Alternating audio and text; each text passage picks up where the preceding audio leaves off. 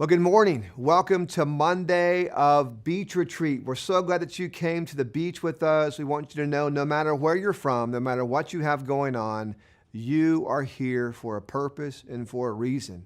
No matter what's going on in your life, the good things, the bad things, you are here for a reason. Over the next 3 mornings, you're going to watch a film called The Assignment. It's the story of a kid named Brian, the story of a young man who kind of is living a boring life, just an average life. We're going to look at the Apostle Peter, a text from Matthew chapter 4 to start with, and then continue through the life of Peter, learning and seeing how Jesus called Peter to live a different life than he was currently living. Our hope and prayer is as you watch the film, as you listen to our youth pastors at the end, that you would think about your own life, think about what God might say to you through this film, The Assignment. Let's watch it together.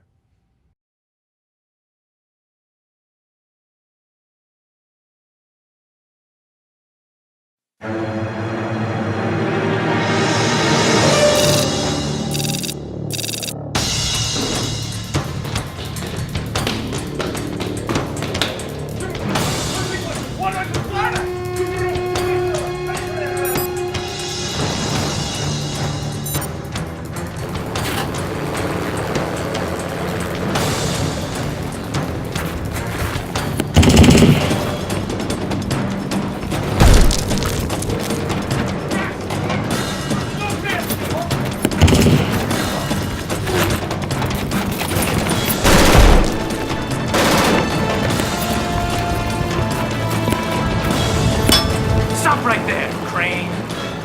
I'm gonna blow this place to smithereens. It's all over with, Tevin. Hand me the girl. I'll blow her up too. Crazy, Brian? You can't save her. Yes, I can. Because I'm Brian Crane. Brian, now that you're back with us, why don't you tell us why you think heroes are so centric to both classic and modern literature? Because without heroes, literature would be... boring? Hey, dude, how about you pay attention, all right?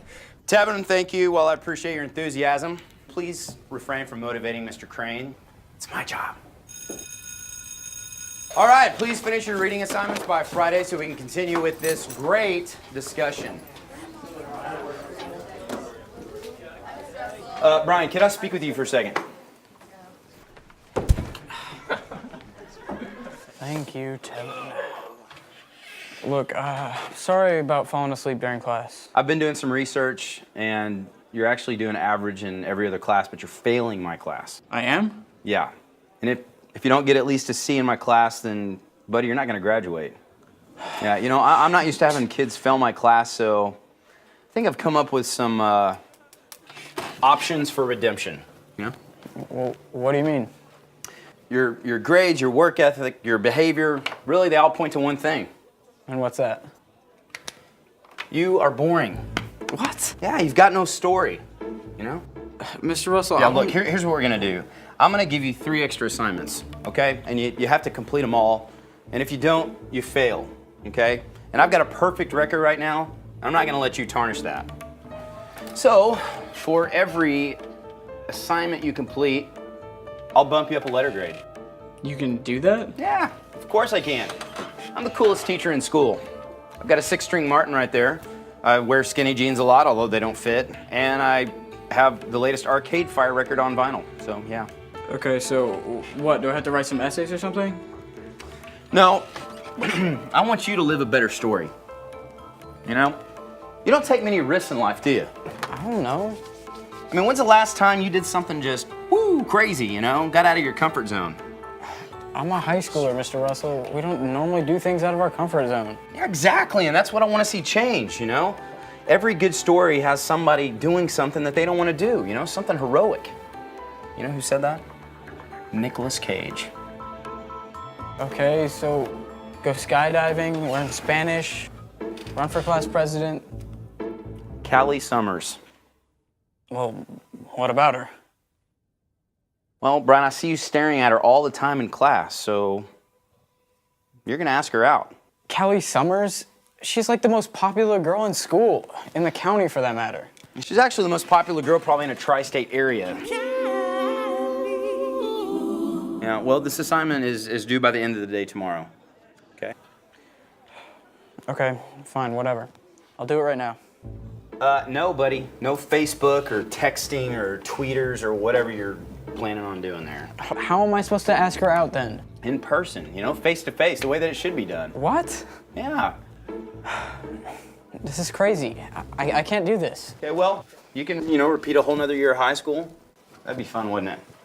Oh, and Brian, you don't have to write about this whole experience. You just have to video blog about it, okay? Video blogs, like I have one. You've probably seen my page. All right, well, tweet me, bro. Let me know how it goes. It's at Mr_Russell. Okay, see ya. This is gonna be awesome. From the house to the hill where I ran the dogs around me before I picked up dirty slang from the town. Then I left my mom and dad and I spent all that I had. Now they know I'm not near the man I was before.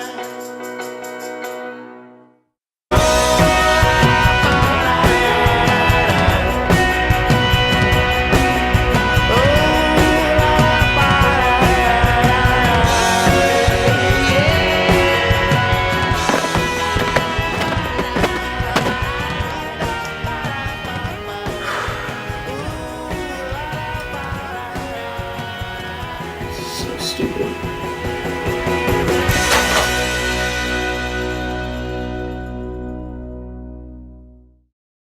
The film starts with Brian caught up in a daydream. Now, I don't know if you're like me, but in high school and junior high, I did plenty of daydreaming in class all the time. As a matter of fact, I think that I daydreamed more than I listened to my teacher. Another story, but that's what took place. At the end of Brian's daydream, he's awakened by his teacher who begins this conversation of challenging Brian to look beyond his circumstances, to look beyond his life currently, and look honestly to a life better than the one he's currently living. He calls him to something greater. He pretty much tells Brian, hey, Brian, the life you're living right now, it's pretty boring. That conversation reminds me of a conversation that Jesus had with the Apostle Peter in Matthew chapter 4. I want to read it to you. Matthew chapter 4, verses 18 through 20, it tells us this. Now, as Jesus was walking beside the Sea of Galilee, he saw two brothers, Simon, who was called Peter, and Andrew, his brother. They were casting a net into the sea because they were fishermen. Jesus said to them, follow me, and I will make you fishers of men. Verse 20. Immediately, they left their nets and followed him. In that text, just like Brian, Jesus is calling Peter to a story greater than the one he's currently living. What about you? What story are you currently living?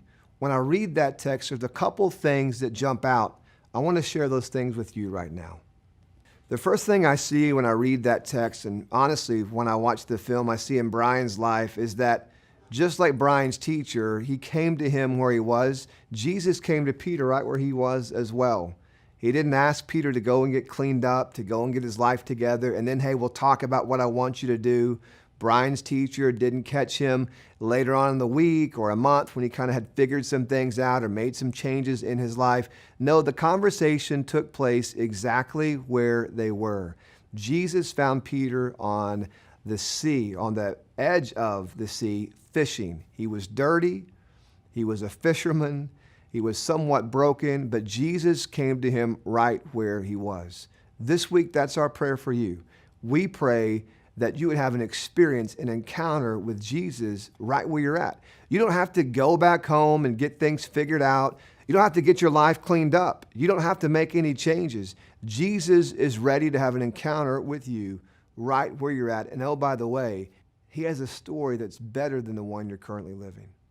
The next thing we see in the life of Peter, and really honestly in the life of Brian, is that the teacher in the film and also in our text, Jesus extends a very simple invitation. Come follow me. For us, that's the same invitation that we have. Jesus Christ wants us to participate in the plan that he has for our life. It's a story that he wants to write for us. It's a very clear invitation. It's not complicated. It's not at first fancy. You don't have to get it all figured out. It starts with follow me. That's the invitation that he has for us.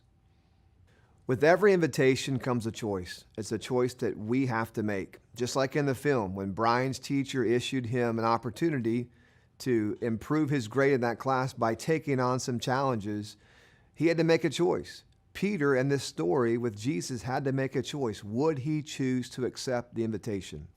In that moment, I think, and I could be wrong, but I think that Peter was holding on to those nets and he was thinking to himself, the life of fishing is the only life I've ever known. These nets are kind of my identity. It's what I've always done. It's how I've gotten by. It's how I've lived my life. If I choose to follow this guy, I've got to let go of these nets. In my life and in your life, it's the same thing. If we want to follow Jesus, we've got to drop the nets. Now, maybe in your life, the nets are an addiction, maybe a serious addiction, maybe something you're beginning to play with or experiment with.